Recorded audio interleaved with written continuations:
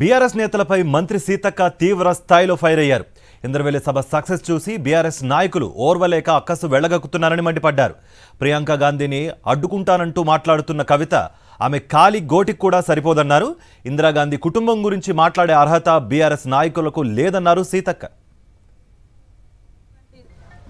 మరి పనులు ప్రజలకు చేస్తుంది కాంగ్రెస్ ప్రభుత్వం, సీఎం రేవంత్ రెడ్డి గారి నాయకత్వంలో అని అక్కస్తోటి అధికారం పోయిందనేటువంటి అక్కస్తోటి ఈ తెలంగాణ ప్రాంతం తమ యొక్క ఎస్టేట్గా భావించినటువంటి కేసీఆర్ కుటుంబము ఇష్టానుసారంగా ప్రజల చేత ఎన్నుకోబడ్డటువంటి కాంగ్రెస్ ప్రభుత్వం పైన ప్రజా ప్రభుత్వం పైన అక్కసు వెళ్ళగక్కుతూ ఉన్నారు.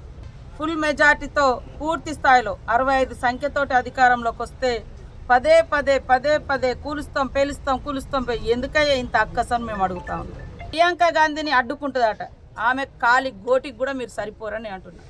వాళ్ళ కుటుంబము త్యాగాల కుటుంబం.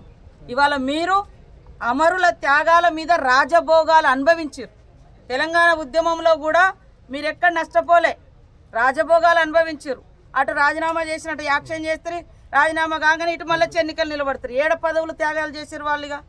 కాబట్టి ఇందిరాగాంధీ కుటుంబాన్ని, సోనియమ్మ కుటుంబాన్ని అనే అర్హత మీకు లేదు.